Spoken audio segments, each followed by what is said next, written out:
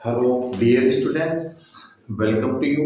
मैं सभी विद्यार्थियों का आर्य क्लास के अंतर्गत डेली क्लास के अंतर्गत सभी विद्यार्थियों का बहुत बहुत स्वागत और अभिनंदन करता हूं। प्रिय विद्यार्थियों, आज जो हमारा टॉपिक रहेगा डेली क्लास के अंतर्गत वो निकोलो मैकियावेली के संदर्भ में रहेगा और जो पाश्चात्य राजनीतिक चिंतन के अंतर्गत आते हैं। डियर स्टूडेंट्स, पश्चिमी राजनीतिक विचारक के रूप में निकोलो जो मैकियावेली है, इनको जो है आधुनिक राजनीतिक जो है चिंतक के रूप में भी जो है जाना जाता है और इनको इटली का चाणक्य कहा जाता है। डियर स्टूडेंट्स, इटली की प्रतिभा संपन्न जो है ये फ्लोरेंस वासी थे और इनका जो जन्म होता है वो मैं आपको बता दूं कि निकोलो मैकियावेली, हमारा जो टॉपिक है वो क्या रहेगा, निकोलो मैकियावेली। ठीक है, पाश्चात्य राजनीतिक विचारक मैकियावेली, ये आज का हमारी क्लास का टॉपिक है। Dear students, western political thinkers के अंतर्गत और कोई भी जो राजनीतिक विचारक होता है उसके ऊपर तात्कालिक परिस्थितियों का जो है क्या पड़ता है, प्रभाव पड़ता है। डियर स्टूडेंट्स, राजनीतिक विज्ञान के अंतर्गत जो वेस्टर्न पॉलिटिकल थिंकर्स का जो पार्ट है उसके अंतर्गत जो है जितने भी जो विचारक हैं और जो विचारक हुए हैं, विचारकों के ऊपर तात्कालिक परिस्थितियों का क्या पड़ा है, प्रभाव पड़ा है।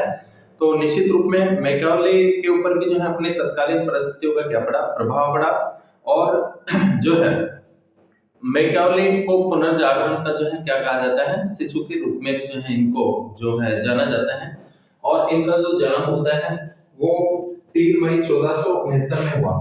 मैकियावेली का जो जन्म है कब हुआ, 3 मई जो है 1469 को इनका जन्म होता है, 3 मई 1469 को, और इनकी जो मृत्यु हुई थी 22 जून 1527 को हुई थी। डियर स्टूडेंट्स, इनका जो जन्म है वो फ्लोरेंस में हुआ। कहां पे हुआ, इटली का एक प्रमुख नगर था।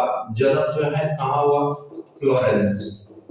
ठीक है, जो कि कहां पड़ता है, इटली में।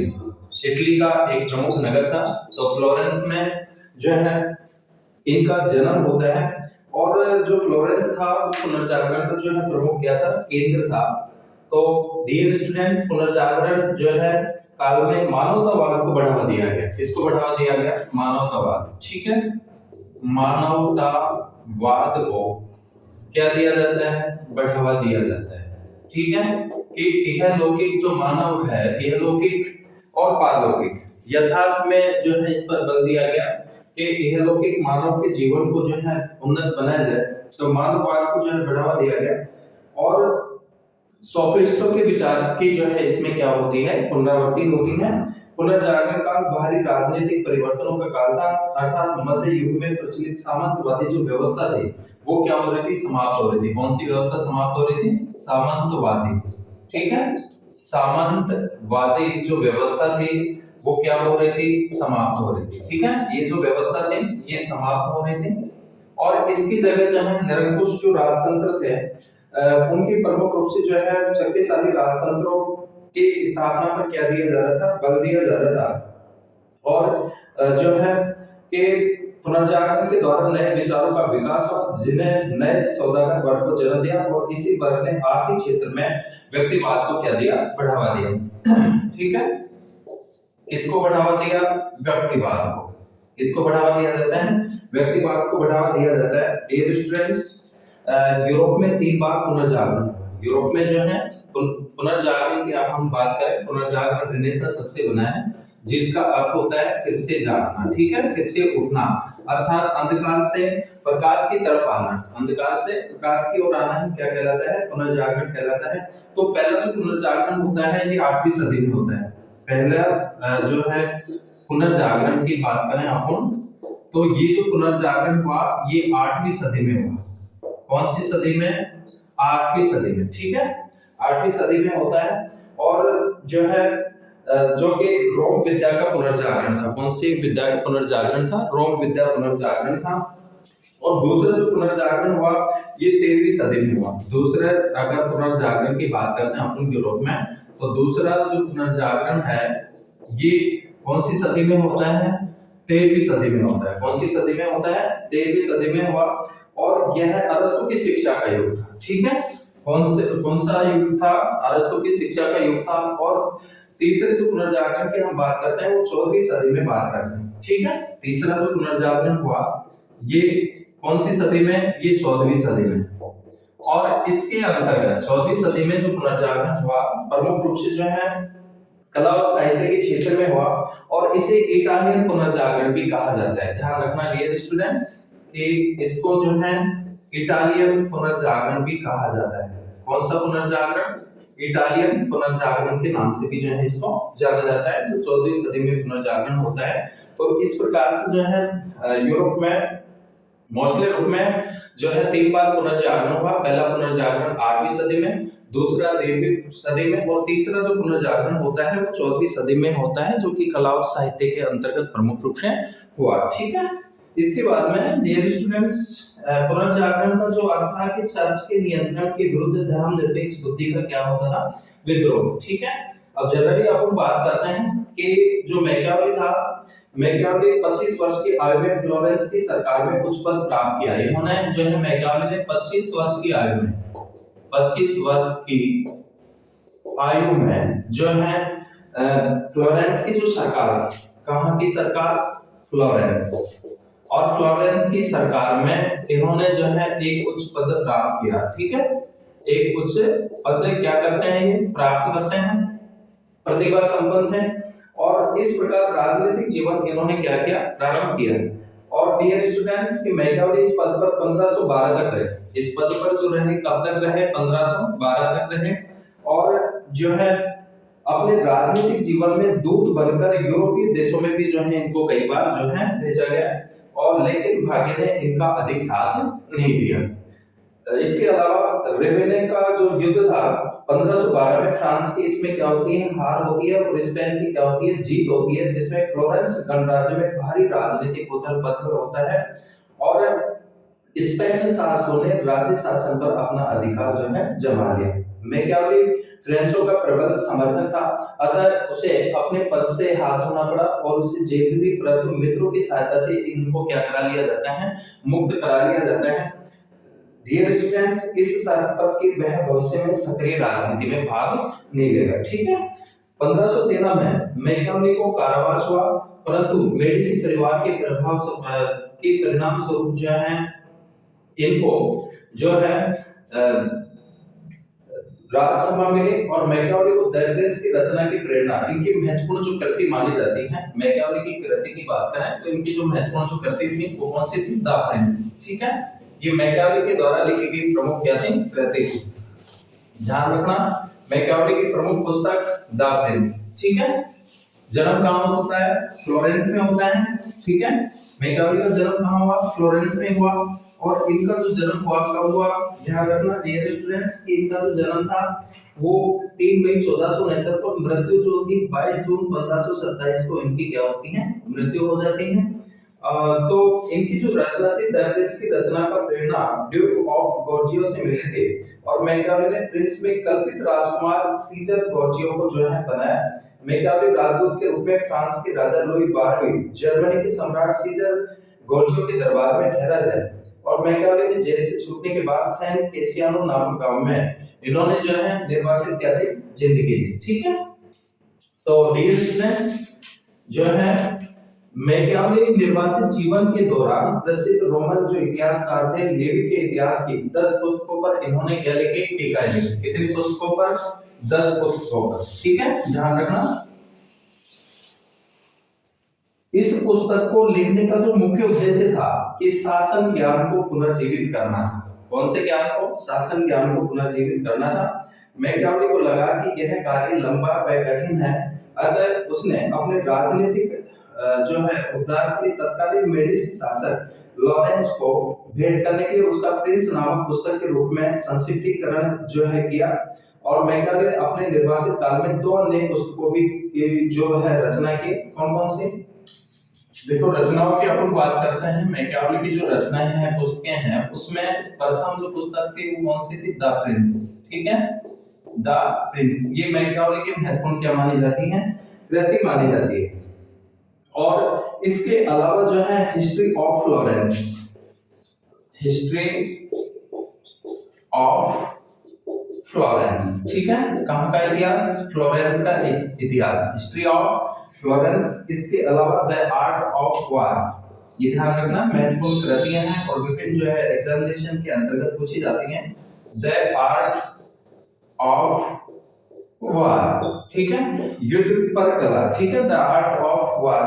और जो है अब डियर स्टूडेंट्स, जो दाफेस थे, इसे लिखने की जो प्रेरणा है 1502 में इनको मिली और लेखन कार्य 15 से 13 में शुरू हुआ और प्रकाशित किया है 1532 में हुई। और द आर्ट ऑफ वार 1521 में, ध्यान रखना, द आर्ट ऑफ वार 1521 में।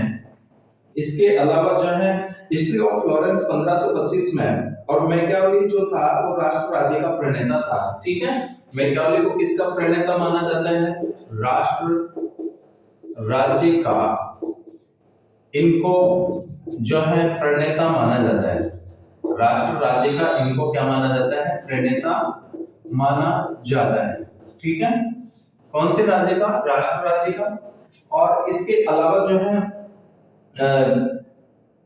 धर्म और नैतिकता के बीच विभाजन रेखा खींचने वाला जो आधुनिक विचारक जो माना जाता है, किसको माना जाता है? मैकियावेली को माना जाता है। मैकियावेली आधुनिक युग का राष्ट्रीयता का प्रथम विचारक है। आधुनिक युग का राष्ट्रीयता का प्रथम विचारक। ठीक है, ध्यान रखना, राष्ट्रीयता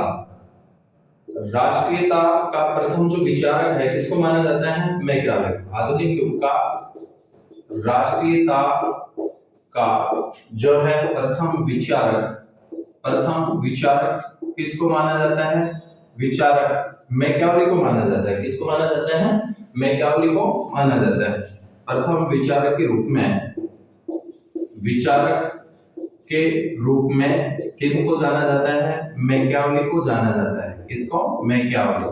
ओके, तो आधुनिक युग का राष्ट्रीयता का जो विचारक था वो भी मैकियावेली को माना जाता है। और राज्य को नैतिकता और अनैतिकता से कुछ लेना देना नहीं है। मुर्रे ने मैकियावेली की दो पुस्तकें द प्रिंस और डिस्कोर्सेस को निर्देशिका पुस्तिका का मैकियावेली साध्य व साधन की औचित्यता भी जो है ये बताते हैं।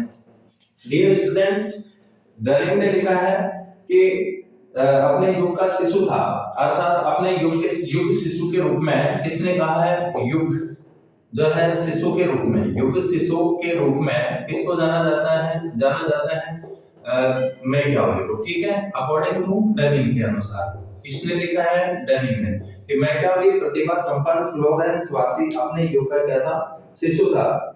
और जोन्स का कथन था कि उसकी कृतियों में उसके युग की वास्तविक स्थितियों के दर्शन होते हैं। सेबाई ने कहा कि मैकियावेली के अतिरिक्त और कोई व्यक्ति इटली में नहीं पहचान सका।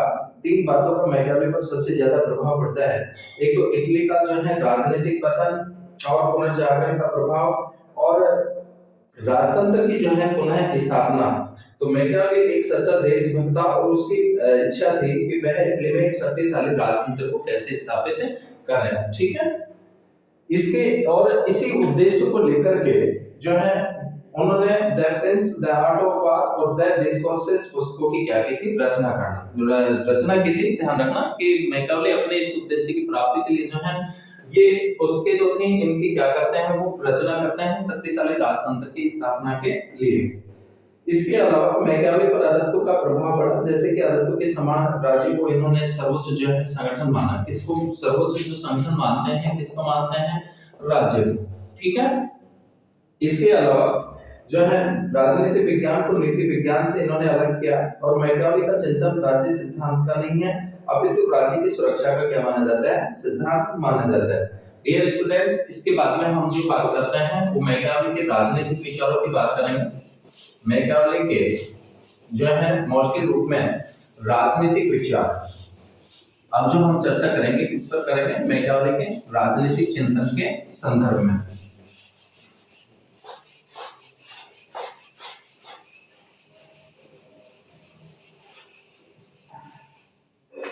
मैकियावेली के प्रमुख राजनीतिक विचार। मैकियावेली के प्रमुख जो है मैकियावेली के प्रमुख राजनीतिक विचार, इस पे बात करेंगे। तो डियर स्टूडेंट्स, सबसे पहले जो है हम मानव स्वभाव संबंधी उनके विचार देखते हैं। सबसे पहले मानव संबंधी विचार। मानव स्वभाव संबंधी विचार, मानव स्वभाव संबंधी विचार। ठीक है, तो मानव स्वभाव संबंधी जो विचार हैं ये मैकियावेली ने अपने दोनों उसको, एक तो द प्रिंस और द डिस्कोर्सेस में मानव स्वभाव के इन्होंने क्या की है, चर्चा की है। डियर स्टूडेंट्स, हमने हॉब्स को भी देखा था, हॉब्स के अकॉर्डिंग मानव स्वभाव देखा था, और हॉब्स के अनुसार मानव का जो स्वभाव था वो नकारात्मक पक्ष पर हॉब्स ने जो है प्रभाव डाला कि हॉब्स जो है हॉब्स ने बताया कि मानव का स्वभाव जो होता है स्वार्थी होता है, कपटी होता है, झगड़ालू होता है स्वभाव से, और लोग ने मानव के सकारात्मक जो पक्ष है उस पर जो है प्रकाश डाला, अर्थात मानव का स्वभाव उन्होंने अच्छा बताया। और जो मैकियावेली है, मैकियावेली मनुष्य स्वभाव को आसुरी प्रवृत्ति से युक्त मानता है। कैसी प्रवृत्ति से? आसुरी या राक्षसी जो प्रवृत्ति है उससे युक्त मानता है, और कहा कि मनुष्य प्राकृतिक दृष्टि से बहुत स्वार्थी और दुष्ट होता है। डियर स्टूडेंट्स, मैकियावेली ने कहा कि मनुष्य दुर्बलता, मूर्खता तथा दुष्टता का सम्मिश्रण है। मैकियावेली ने प्रिंस के जो है अध्याय में बताया कि मानव स्वभाव कर्तव्य, दलमक, चंचल, झूठा, धोखेबाज, कायर और लोभी होता है। मनुष्य किसी से तभी तक प्रेम करते हैं जब तक उनका स्वार्थ सिद्ध होता है, अकॉर्डिंग टू मैकियावेली। और जब उनका स्वार्थ सिद्ध नहीं होता है तो वो विद्रोह कर लेता है। मैकियावेली ने कहा है कि मनुष्य आवश्यकतावश ही भला करने का जो है स्वांग करता है, संपत्ति पर अपना आधिपत्य स्थापित करने का बहुत क्या होता है, आकांक्षी होता है। तो मैकियावेली ने मनुष्य स्वभाव की जो है संपत्ति के प्रति लगाव की भी जो है सघनता की ओर संकेत किया है। मैकियावेली ने कि जो है एक जो व्यक्ति होता है वो अपने पिता की मृत्यु को शीघ्र ही भूल जाता है। ये अकॉर्डिंग टू मैकियावेली कहते हैं कि एक व्यक्ति अपने पिता की मृत्यु को शीघ्र भूल जाता है, लेकिन पितृधन की हानि को जो है नहीं भूलता है। ठीक है, ये ध्यान रखना। इसके अलावा मैकियावेली ने मानव स्वभाव के आधार पर कहा कि मनुष्य को प्रकृति ने चालाक के हाथ का जो है खिलौना व निरंकुश की तलवार के शिकार के लिए जो है बनाया है। मैकियावेली ने मानव स्वभाव के कारण ही निरंकुश राजतंत्र का क्या किया है, समर्थन किया है। और मैकियावेली ने मानव स्वभाव के प्रेरक शक्ति, भय, शक्ति और अपमान को जो है बताया है। डियर स्टूडेंट्स, मैकियावेली के अनुसार संपत्ति की आकांक्षा मनुष्य के कार्यों की जो है क्या होती है, शक्तिशाली प्रेरणा होती है। और मैकियावेली ने अपनी पुस्तक डिस्कोर्सेस में कहा कि मनुष्य स्वभाव से ईर्ष्यालु और महत्वाकांक्षी होता है। क्या होता है? ईर्ष्यालु और महत्वाकांक्षी होता है। मनुष्य का व्यवहार दो तत्वों से प्रचलित होता है, एक तो प्रेम, भय तथा धनोपार्जन की प्रवृत्ति को वो तीसरा प्रेरक तत्व जो है मानते हैं। मैकियावेली ने बताया कि मनुष्य न तो पूरे दुष्ट होते हैं न ही पूर्णतः अच्छे, अपितु तो अच्छाई और बुराई का क्या होते हैं, सम्मिश्रण होते हैं, दोनों उनमें होता है। और जो है अच्छाइयां भी होती हैं तो बुराई भी होती हैं। तो डियर स्टूडेंट्स, ये ध्यान रखना कि मैकियावेली के मानव स्वभाव संबंधी विचार को सार्वभौम अहमवाद भी कहा जाता है। सार्वभौम क्या कहा जाता है? अहमवाद। उसके बाद में हम बात करते हैं धर्म व नैतिकता संबंधी विचार। तो मानव स्वभाव से संबंधित था। अब इसके बाद में धर्म व नैतिकता, धर्म व नैतिकता संबंधी विचार, धर्म व नैतिकता संबंधी विचार। तो मैकियावेली पहला आधुनिक विचारक है जिसने स्पष्ट रूप से राजनीति से धर्म और नैतिकता को अलग करने का सिद्धांत दिया। ध्यान रखना कि राजनीति को धर्म व नैतिकता से, धर्म व नैतिकता से अलग करने का जो पहली बार सिद्धांत दिया, पहली बार सिद्धांत जो दिया गया, किसके द्वारा दिया गया? मैकियावेली के द्वारा पहली बार सिद्धांत दिया गया। ठीक है, कि मैकियावेली ने राजनीति को धर्म व नैतिकता से अलग करने का जो है पहली बार सिद्धांत दिया, ये आपको ध्यान रखना है। और जो है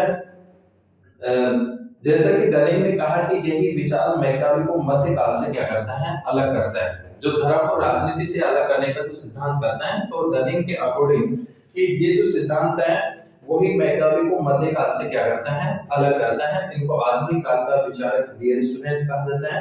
तो राजनीति के क्षेत्र में सर्वप्रथम मार्सिलियो ने धर्मनिरपेक्ष विचारधारा का प्रतिपादन किया था, लेकिन वह धर्म को राज्य से जो है क्या नहीं करता था, अलग नहीं करता था। मैकियावेली ने मानव स्वभाव के आधार पर बताया कि राजनीति व नैतिकता का कोई संबंध नहीं होना चाहिए, क्योंकि मनुष्य स्वभाव से असामाजिक और अनैतिक क्या होता है, प्राणी होता है। स्वभाव से क्या होता है, असामाजिक प्राणी होता है। और मैकियावेली ने राज्य का संरक्षण, उसका विस्तार करने से था। मैकियावेली का उद्देश्य राज्य का संरक्षण और उसका विस्तार करने से था। मैकियावेली के अनुसार सच्चा शासक वही है जो शेर की तरह क्या हो, शक्तिशाली हो, और लोमड़ी जैसे क्या होनी चाहिए, उसमें चतुराई होनी चाहिए। तो मैकियावेली ने कहा कि राजा में शेर जैसा साहस होना चाहिए और लोमड़ी जैसी क्या होनी चाहिए, चतुराई होनी चाहिए। और लोमड़ी की तरह चालाकों से पाप, पुण्य, धर्म, अधर्म, लोभ, परलोभ, अच्छा बुरा, शत्रु मित्र आदि दृष्टिकोणों का जो है उसको दास नहीं होना चाहिए। ठीक है।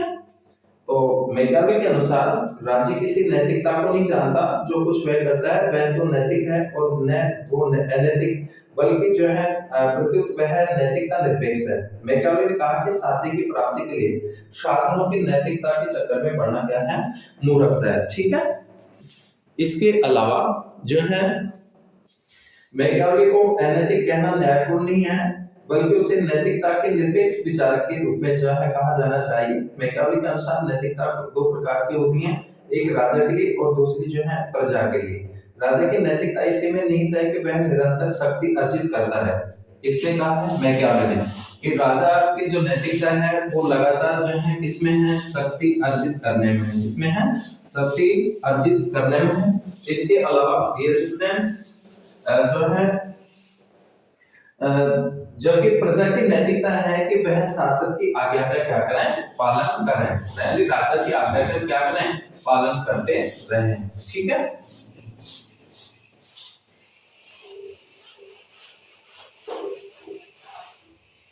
इसके बाद में हम बात करते हैं राज्य संबंधी विचार। मैकियावेली के जो है राज्य संबंधी विचार, मैकियावेली के राज्य संबंधी विचार। तो मैकियावेली ने राज्य को स्वाभाविक संस्था न मान करके कृत्रिम संस्था माना है। ध्यान रखना एक तो कि मैकियावेली ने राज्य को कैसी संस्था माना है, कृत्रिम संस्था माना है। कौन सी संस्था माना है, कृत्रिम संस्था माना है। एक तो ये ध्यान रखना आपको। और मैकियावेली ने राज्य की उत्पत्ति के संबंध में स्पष्ट रूप से अपने विचार प्रकट नहीं किए हैं। यद्यपि मैकियावेली राज्य को मानवीकृत संस्था जो है मानता है, यानी कृत्रिम संस्था मानता है। मैकियावेली ने राज्य की उत्पत्ति का कारण मनुष्य स्वभाव की आसुरी प्रवृत्ति और निरर्थक प्रवृत्ति को माना। उनके अनुसार मनुष्य का स्वार्थ और शक्ति की आकांक्षा राज्य को क्या देती है, जन्म देती है। और मैकियावेली के अनुसार मनुष्य ने अपनी सुविधाओं के लिए राज्य को बनाया है। ठीक है, कि मनुष्य ने अपनी सुविधाओं के लिए किसका निर्माण किया है, राज्य का निर्माण किया है। और इसके अलावा जो है डियर स्टूडेंट्स के राज्य की उत्पत्ति सुरक्षा के लिए, राज्य की जो उत्पत्ति हुई है, राज्य की उत्पत्ति इसके लिए, राज्य की उत्पत्ति इसके लिए सुरक्षा के लिए, इसके लिए माना है इन्होंने सुरक्षा के लिए, कि राज्य की जो उत्पत्ति हुई है वो सुरक्षा के लिए हुई है, सुरक्षा के लिए। ठीक है। इसके अलावा जो है मैकियावेली राज्य को अन्य सभी संगठनों से उच्च मानता है और कहा है कि राज्य किसी के प्रति उत्तरदायी नहीं है। इसके अलावा क्योंकि राज्य ही एकमात्र ऐसा साधन है जिसके माध्यम से मानव कल्याण के सर्वोच्च लक्ष्य को प्राप्त किया जा सकता है। किसके माध्यम से, राज्य के माध्यम से। तो ध्यान रखना कि मैकियावेली ने राज्य को एक ऐसा साधन बताया जिसके माध्यम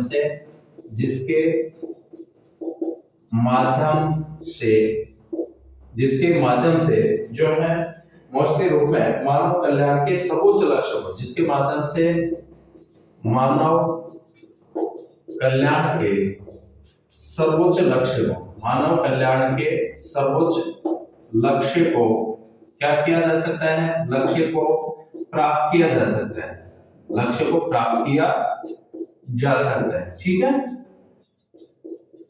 सर्वोच्च लक्ष्य को प्राप्त किया जा सकता है। और अगर व्यक्ति का यह परम कर्तव्य है कि वह अपने आप को राज्य की सेवा में क्या करते हैं, समर्पित कर दें। ठीक है। मैकियावेली ने राज्य के दो प्रकार बताए हैं डियर स्टूडेंट्स। एक तो जो है एक स्वस्थ राज्य और एक अस्वस्थ राज्य। और कितने रूप बताए राज्य के? दो रूप। एक तो कौन सा? स्वस्थ राज्य। कौन सा राज्य? स्वस्थ राज्य। और दूसरा जो बताया है वो अस्वस्थ, अस्वस्थ राज्य। ठीक है, दो रूप बताए हैं, स्वस्थ राज्य और एक जो है अस्वस्थ राज्य। तो स्वस्थ जो राज्य है कि मैकियावेली के अनुसार स्वस्थ राज्य ऐसा राज्य होता है जो निरंतर गतिशील व युद्धशील होता है, अर्थात निरंतर क्षेत्र विस्तार करता है। स्वस्थ राज्य का जो मतलब है वो निरंतर क्या करता है? निरंतर जो है विस्तार करता है। क्या करता है? विस्तार करता है। ऐसे राज्य को कौन सा राज्य बताया है? स्वस्थ राज्य। और जो अस्वस्थ राज्य है कि यह गतिहीन और शांति प्रिय होता है और इसका विकास अवरुद्ध होता है। ठीक है, इसका विकास क्या बताया इन्होंने? विकास अवरुद्ध होता है। विकास अवरुद्ध, अवरुद्ध होता है। ठीक है, तो दो प्रकार के राज्य बताए हैं, एक स्वस्थ राज्य और एक जो है अस्वस्थ राज्य। दो प्रकार के राज्यों की बात करता है मैकियावेली। इसके अलावा जो है मैकियावेली ने अपने राज्य में मनोवैज्ञानिक एकता पर बल दिया, इसलिए राष्ट्र राज्य की संकल्पना दी। राष्ट्र राज्य की संकल्पना विशेष रूप से ध्यान रखना कि राष्ट्र राज्य की संकल्पना किसके द्वारा दी गई? मैकियावेली के द्वारा। संकल्पना के प्रतिपादन किसने किया? मैकियावेली ने किया। राष्ट्र राज्य की संकल्पना का एक प्रतिपादन करते हैं। और मैकियावेली के समय इटली 5 भागों में बटा हुआ था। नेपल्स, वेनिस, फ्लोरेंस, मिलान और चर्च का रोमन, इन पांचों को जो है एकजुट करना था। ठीक है, जो इटली जो बटा हुआ था उनको पांचों को एक जगह करना था, एकजुट करना था। इसके बाद में डियर स्टूडेंट्स मैकियावेली के शासन संबंधी विचार जो है, अब हम बात करते हैं मैकियावेली के शासन संबंधी विचार।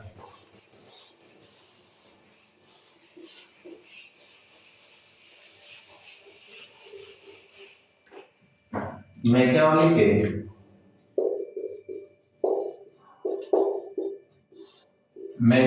के शासन संबंधी विचार। मैकियावेली के शासन संबंधी विचार। कौन से विचार? शासन संबंधी विचार। ठीक है, मैकियावेली के शासन संबंधी विचार। तो मैकियावेली के विचारों में कानूनी संप्रभुता का समर्थन करते हुए जो है देखा जा सकता है, क्योंकि मैकियावेली के अनुसार संप्रभुता क्या है? सर्वोच्च है। मैकियावेली ने जो है संप्रभुता को क्या माना है? सर्वोच्च माना है। संप्रभुता को क्या माना है? सर्वोच्च माना है। डियर स्टूडेंट्स, जैसा आप जानते हैं कि जो संप्रभुता होती है ये अंग्रेजी भाषा के जो है सॉवरेनिटी शब्द का हिंदी अनुवाद है, जो कि लैटिन भाषा की सुपीरियर शब्द से लिया गया है, जिसका अर्थ होता है सर्वोच्च शक्ति। और आधुनिक समय में जो है हम जो राज्य के जो 4 अंग मानते हैं, जो राज्य होता है राज्य के 4 अंग, एक तो निश्चित जो है भूभाग, कौन सा है? निश्चित भूभाग। इसके अलावा जो है जनसंख्या, इसके अलावा सरकार, और 4th नंबर पे क्या आता है? संप्रभुता। तो आधुनिक समय में जो है 4 राज्यों से 4 तत्वों से मिलकर क्या बनता है? राज्य बनता है। तो संप्रभुता राज्य का एक महत्वपूर्ण क्या है? तत्व है। और संप्रभुता का मतलब होता है सर्वोच्च शक्ति। संप्रभुता 2 प्रकार की होती है, एक आंतरिक होती है और एक बाहरी। तो सर्वोच्च शक्ति को, संप्रभुता को जो मैकियावेली है वो क्या मानते हैं? सर्वोच्च मानते हैं। क्या मानते हैं? सर्वोच्च मानते हैं। और इसके आदेश ही क्या माना है उन्होंने? कानून माना है। संप्रभुता के आदेशों को क्या माना है? कानून माना है। मैकियावेली की शासन पद्धतियों के वर्गीकरण में अरस्तु का अनुसरण करता है और उसके अनुसार सरकार के जो है शुद्ध और अशुद्ध रूप भी जो है बताए हैं। जो शुद्ध रूप बताए हैं जैसे राजतंत्र है, कुलीन तंत्र है, गणतंत्र है, और जो इसके जो अशुद्ध रूप हैं जैसे अध्याय तंत्र हो गया, वर्ग तंत्र हो गया और भीड़ तंत्र के रूप में इन्होंने बताया। ठीक है, और पॉलिबियस जो है और सिसरो की तरह मैकियावेली ने भी जो है मिश्रित शासन व्यवस्था को सर्वश्रेष्ठ माना है। ध्यान रखना, कौन सी शासन व्यवस्था को? मिश्रित शासन व्यवस्था को सर्वश्रेष्ठ मानता है। इसके अलावा मैकियावेली ने गणतंत्र को सर्वोच्च शासन व्यवस्था माना। ध्यान रखना, कौन सी शासन व्यवस्था को? गणतंत्र। गणतंत्र शासन व्यवस्था को क्या माना है? शासन व्यवस्था को श्रेष्ठ माना है। ठीक है, गणतंत्र शासन व्यवस्था को श्रेष्ठ मानते हैं, लेकिन इटली के लिए राजतंत्र की सर्वोत्तम संस्था माना है। इटली के लिए ध्यान रखना, वैसे गणतंत्र शासन व्यवस्था और इटली के लिए जो है किसको? राजतंत्र। इटली के लिए जो है शक्तिशाली राजतंत्र। इटली के लिए कौन सी शासन व्यवस्था को? राजतंत्र। क्योंकि इटली की तत्कालीन परिस्थितियां गणतंत्र के लिए उपयुक्त नहीं थी।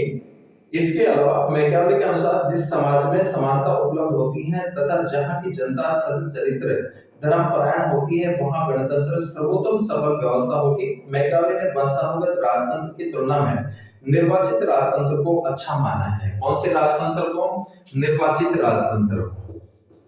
निर्वाचित राजतंत्र अर्थात राजा किसके माध्यम से हो? निर्वाचन के माध्यम से। ठीक है, निर्वाचित राजतंत्र को इन्होंने जो है श्रेष्ठ माना है। मैकियावेली ने कुलीन तंत्र की आलोचना की, क्योंकि शासक वर्ग जनसाधारण के हित की अपेक्षा करता है। जैसा कि मैकियावेली ने कहा कि जहां संभव हो वहां गणतंत्रात्मक व्यवस्था स्थापित की जानी चाहिए और जहां आवश्यक हो वहां राजतंत्रात्मक व्यवस्था, परंतु कुलीन तंत्र व्यवस्था को नहीं अपनाया जाना चाहिए। ठीक है, इसके अलावा डियर स्टूडेंट्स के ध्यान रखना, प्रिंस राजतंत्र के आपातकाल के लिए कार्यक्रम था। कौन सी रचना? प्रिंस, जबकि डिस्कोर्सेस एक व्यक्तिवाद या ये कहें कि एक व्यवस्थित काल हेतु शासन व्यवस्था का जो है ये चित्र प्रस्तुत करती है। अकॉर्डिंग टू शेबाइन, मैकियावेली के इटली के लिए गणतंत्र जो है राजतंत्र सर्वोत्तम बताने के प्रमुख जो कारण थे उसको ये आपको विशेष रूप से ध्यान रखना है डियर स्टूडेंट्स की जो मैकियावेली ने इटली की जो है राजतंत्र शासन व्यवस्था को क्या माना? श्रेष्ठ माना। जो है नरकुश राजतंत्र का प्रबल रूप से क्या करते हैं? समर्थन करते हैं। कौन से तंत्र का? राजतंत्र का। ठीक है, तो इसके मोस्टली जो हैं राजतंत्र को सर्वोत्तम बताने इटली के लिए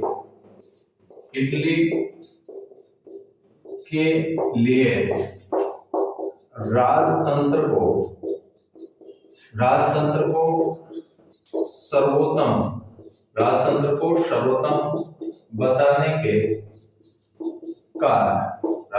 सर्वोत्तम बताने के कारण तो मोस्टली रूप में जो है इन्होंने जो है 3 कारण बताए हैं। एक तो इटली के लोगों का चरित्र भ्रष्ट होना। ठीक है, पहला जो कारण माना है इटली के लोगों के चरित्र का भ्रष्ट होना। चरित्र का क्या होना? भ्रष्ट होना।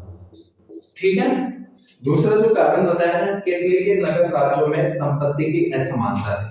दूसरा जो कारण था कि संपत्ति की क्या होना? असमानता। संपत्ति की असमानता का होना।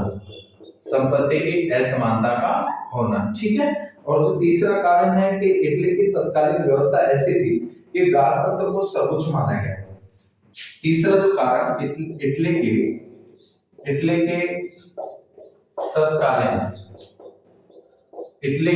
तत्कालीन जो है व्यवस्था जिसमें राजतंत्र की क्या थी? सर्वश्रेष्ठ व्यवस्था हो सकती। ठीक है, तो मोस्टली रूप में 3 कारण मानते हैं। इसके बाद में डियर स्टूडेंट्स कानून संबंधी जो विचारों की बात करें तो मैकियावेली समाज में कानून निर्माता की महत्ता को स्वीकार करता है और उसे सर्वशक्तिमान जो है मानता है। मैकियावेली ने कहा कि विधायक ही विधि का स्रोत है।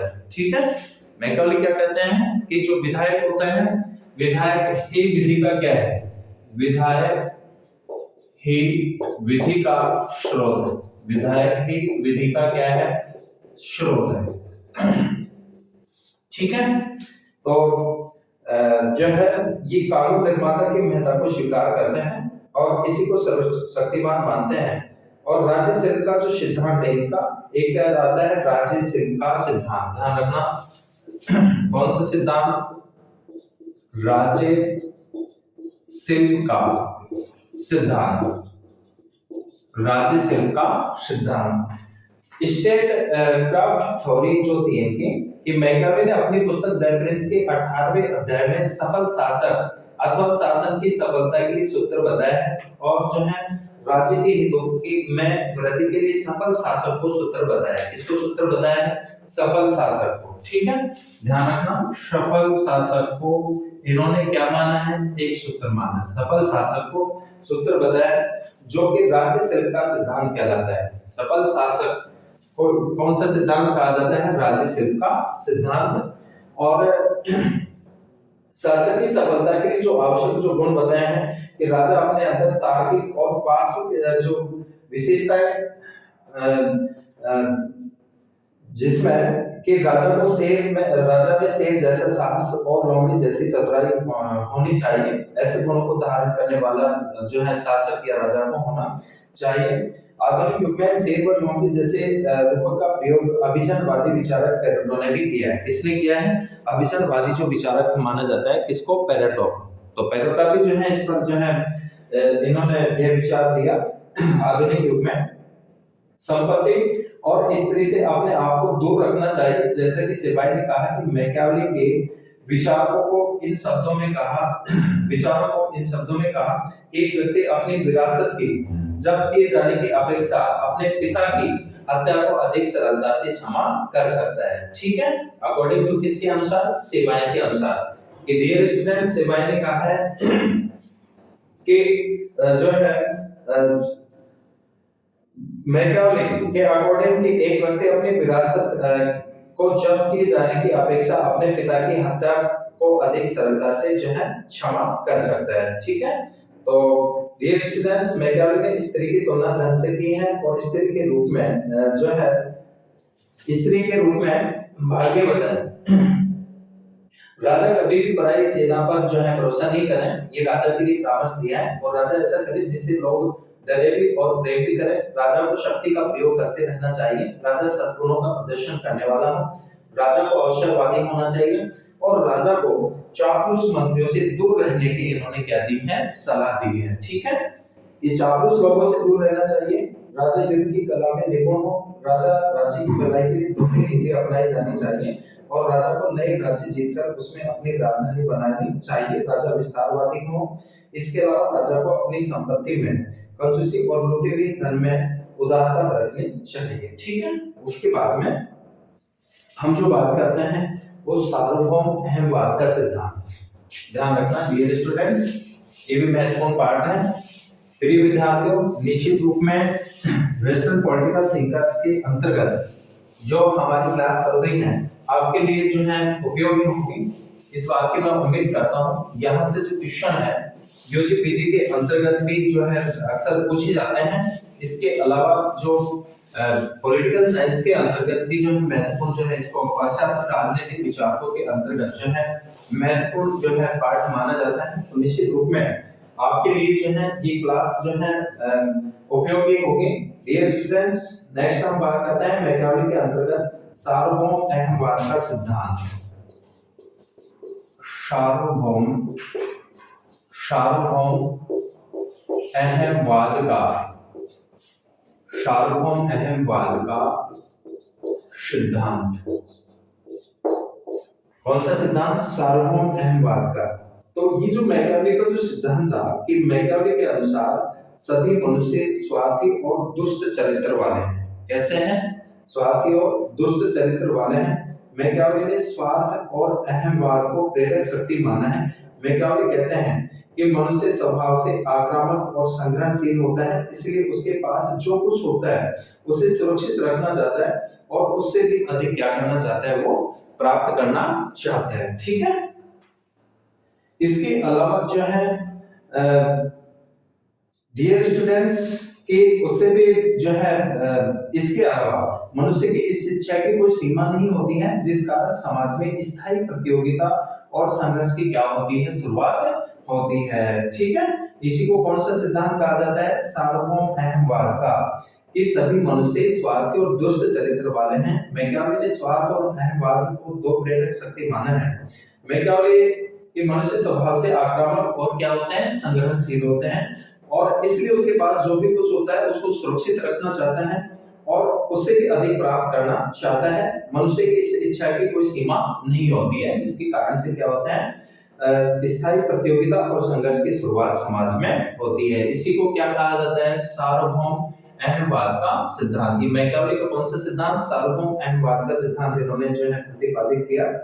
इसके अलावा डियर स्टूडेंट्स कि मैकियावेली अपने दोनों पुस्तकों में, एक तो द प्रिंस और डिस्कोर्सेस में राज्य के क्षेत्र के विस्तार पर बल दिया है, क्योंकि मैकियावेली ने माना है कि यदि राज्य का विस्तार नहीं किया गया तो वह नष्ट हो जाएगा, और यही सिद्धांत विवर्धन क्षेत्र विस्तार का सिद्धांत भी जो है कहलाता है। ठीक है, दूसरा सिद्धांत ध्यान रखना है, क्षेत्र विस्तार विवर्धन या क्षेत्र विस्तार का सिद्धांत। क्षेत्र विस्तार का जो है सिद्धांत, ये भी किसके द्वारा प्रतिपादित किया गया? मैकियावेली के द्वारा, कि राज्य को जो है अपनी सीमाओं में क्या करता रहना चाहिए? विस्तार करते रहना चाहिए। ठीक है, इसके बाद में डियर स्टूडेंट्स हम बात करते हैं कि मैकियावेली आधुनिक राजनीतिक चिंतन का जनक है। मैकियावेली को आधुनिक, ध्यान रखना, मैकियावेली को आधुनिक राजनीतिक चिंतन का जनक माना जाता है। मैकियावेली आधुनिक, मैकियावेली आधुनिक राजनीतिक चिंतन के जनक के रूप में, आधुनिक राजनीतिक चिंतन के जनक के रूप में, इस पे हम बात करेंगे कि मैकियावेली को आधुनिक राजनीतिक जो है चिंतन के जनक के रूप में भी जो है इनको जाना जाता है। डियर स्टूडेंट्स, अधिकांश जो विचारक हैं वो मैकियावेली को, अधिकांश विचारक मैकियावेली को आधुनिक राजनीतिक जनक, जो चिंतन के जनक के रूप में भी जो है मानते हैं। और इसके अंतर्गत जो है कि जैसा कि डनिंग ने कहा है, और डनिंग कहते हैं कि यह कहना कि वह आधुनिक युग का प्रारंभ करता है, और उसी प्रकार सही है जिस प्रकार यह कहना कि वह मध्य युग का क्या करता है? अंत भी करता है। अर्थात मध्य युग का अंत और आधुनिक युग का क्या? शुभारंभ या शुरुआत। ठीक है, तो प्रारंभ करता माना जाता है अकॉर्डिंग इसके अनुसार डनिंग के शब्दों में।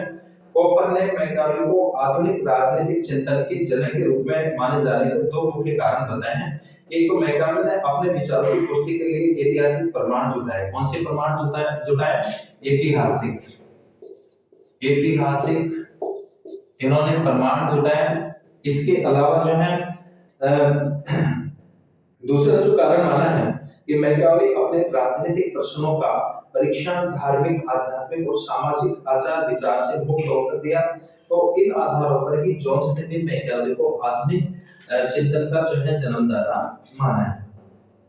और इसके जो कारण है कि आधुनिक राजनीतिक चिंतन का जनक कहलाए जाने के जो मैकियावेली के जो मोस्टली जो कारण है, एक तो मैकियावेली ने राजनीतिक चिंतन को यथार्थवादी या वैज्ञानिकवादी जो है आधार प्रदान किया। ठीक है, राजनीतिक चिंतन को यथार्थवादी आधार प्रदान किया। राजनीतिक चिंतन को इन्होंने यथार्थवादी, ध्यान रखना, यथार्थवादी जो है आधार प्रदान किया, यथार्थवादी आधार प्रदान किया। ठीक है, कौन सा आधार प्रदान किया? यथार्थवादी आधार प्रदान किया। और वैज्ञानिक आधार भी इन्होंने प्रदान किया। इस आधार पर गेटेल ने मैकियावेली को प्रथम आधुनिक यथार्थवादी कहा। किसने? गेटेल ने। कौन से विचारक ने? गेटेल ने। प्रथम आधुनिक जो है यथार्थवादी विचारक। ठीक है, आधुनिक यथार्थवादी विचार का है। राजनीति को नैतिकता से अलग किया। दूसरा जो था कि राजनीति को जो है नैतिकता से, राजनीति को नैतिकता से क्या करते हैं? अलग करते हैं। क्या करते हैं? अलग करते हैं। इसके अलावा जो है संप्रभु राज्य की धारणा का प्रतिपादन किया इन्होंने। नेक्स्ट जो कारण माना जाता है संप्रभु राज्य की अवधारणा का इन्होंने क्या किया? इन्होंने प्रतिपादन किया। मोस्टली स्टूडेंट ध्यान रखना कि मैकियावेली को जो है आधुनिक राजनीतिक चिंतन के जनक के रूप में मानने के जो मोस्टली जो है हम किसकी बात कर रहे हैं, कारणों की बात कर रहे हैं कि ये कारण है जिनके आधार पर मैकियावेली को आधुनिक राजनीतिक चिंतन का क्या कहा जाता है, जनक कहा जाता है। इसके अलावा गार्नर के अनुसार राज्य शब्द का सर्वप्रथम प्रयोग जो है मैकियावेली ने किया। इसने ये कौन कहते हैं, गार्नर। गार्नर ने कहा है कि राज्य शब्द का, कौन से शब्द का, राज्य शब्द का सबसे पहली बार जो प्रयोग किया गया किसके द्वारा किया गया, मैकियावेली के द्वारा। और जो है इस प्रकार से जो है सर्वप्रथम प्रयोग मैकियावेली ने किया। मैकियावेली राष्ट्रीयता का समर्थक है, इसलिए उसने एक राष्ट्र राज्य की धारणा दी। राष्ट्र राज्य की धारणा का प्रतिपादन किसके द्वारा किया गया, मैकियावेली के द्वारा। कौन सी धारणा का, राष्ट्र राज्य की धारणा का जो प्रतिपादन करते हैं वो भी कौन करते हैं, मैकियावेली करते हैं। कौन करते हैं, मैकियावेली। डियर स्टूडेंट्स, इसके अलावा जो है मैकियावेली ने शक्ति राजनीति की नींव रखी। महत्वपूर्ण है, ध्यान रखना कि मैकियावेली ने शक्ति राजनीति की, कौन सी राजनीति की, शक्ति राजनीति की क्या रखी, नींव रखी। जो आधुनिक जो हम नींव रखी, अंतरराष्ट्रीय जो राजनीति है उसको शक्ति से संबंधित माना जाता है, ठीक है। तो डियर स्टूडेंट्स के आधुनिक समय में जो है मैकियावेली ने शक्ति राजनीति की नींव रखी। जैसा आधुनिक समय में हम उसमें अंतरराष्ट्रीय राजनीति के पार्ट के अंतर्गत हमने बात की थी कि अंतरराष्ट्रीय राजनीति शक्ति से रिलेटेड है अकॉर्डिंग टू मॉर्गनथॉ। तो आधुनिक समय में शक्ति राजनीति की जो नींव जिसके द्वारा रखी गई वो किसके द्वारा, मैकियावेली के द्वारा। ध्यान रखना विशेष रूप से। इसके अलावा जो है मैकियावेली राष्ट्रीयता का क्या है, समर्थक है। और इसके अलावा डियर स्टूडेंट्स मध्यकालीन विचारधारा पर प्रहार अर्थात मध्यकालीन दैवी कानून पोप के प्रभुत्व को तथा सामंतवाद का क्या किया, विरोध किया। मैकियावेली ने शक्ति, इसके अलावा मैकियावेली को संघ राज्य का प्रथम उद्घोषक माना जाता है। और कौन सा कारण है कि संघ राज्य का क्या माना जाता है, उद्घोषक, ठीक है। इन्होंने एकता पर बल दिया था, क्लियरली जो है पास उसमें मोस्टली भागों में बटा हुआ था। तो संघ राज्य का उद्घोषक जो माना जाता है, किसको माना जाता है, मैकियावेली को, ठीक है। इसके अलावा क्योंकि मैकियावेली ने इटली के लिए कॉमनवेल्थ की बात कही जिसका आधार संघात्मक व्यवस्था थी। जिसका आधार कौन सा था, संघात्मक व्यवस्था, फेडरलिज्म, संघात्मक। ये हम विस्तार से बात करेंगे इसमें भारत की संघीय व्यवस्था के संदर्भ में। डियर स्टूडेंट्स, जो हमारी क्लास रहेगी वहां पे हम पढ़ेंगे फेडरलिज्म। तो संघात्मक की जो बात करते हैं, ये भी संघात्मक व्यवस्था थी। ये बात किसने की, मैकियावेली की। मैक्सी ने मैकियावेली को प्रथम आधुनिक विचारक घोषित किया। किसने, मैक्सी ने। ध्यान रखना, प्रथम आधुनिक विचारक किसने घोषित किया, मैक्सी ने। तो मैकियावेली आधुनिक गणतंत्रवादी जनतंत्र का भी समर्थक था। सेबाई ने मैकियावेली को जो है राजनीतिज्ञ या राजनीतिक विचारक की अपेक्षा कूटनीतिज्ञ माना। विलियम ही ब्लूम ने मैकियावेली को आधुनिक व्यवहारवाद का जो है क्या मानते हैं, अग्रदूत भी मानते हैं, ठीक है। और मैकियावेली के जो राजनीतिक चिंतन को जो देन है, डियर स्टूडेंट्स, राजनीतिक चिंतन को देन की बात हम जब करते हैं तो राष्ट्रीय राज्य का संदेश वहां किसे माना जाता है, मैकियावेली को माना जाता है। इसके अलावा राज्य की प्रभु सत्ता का पोषक है। राज्य की आधुनिक स्थिति का इन्होंने निरूपण किया। सत्तावादी राजनीति का प्रणेता इनको माना जाता है, ये इनकी देन है।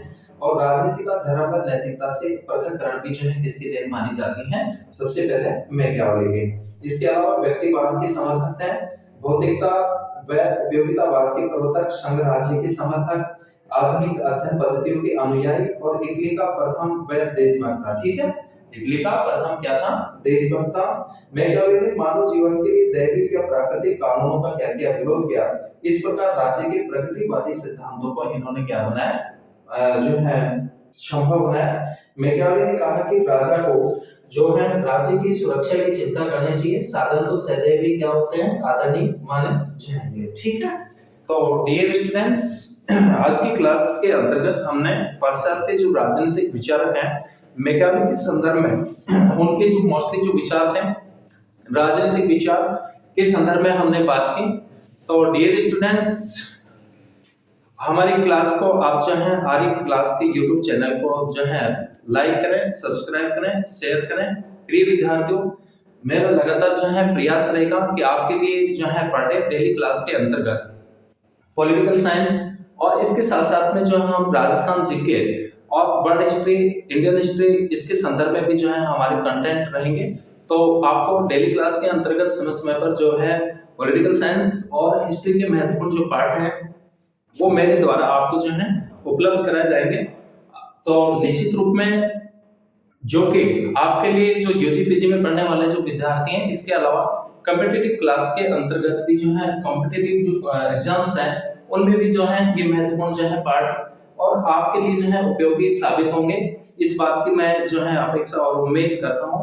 सभी विद्यार्थियों का बहुत बहुत धन्यवाद। मिलते हैं नेक्स्ट क्लास में एक नए टॉपिक के साथ में।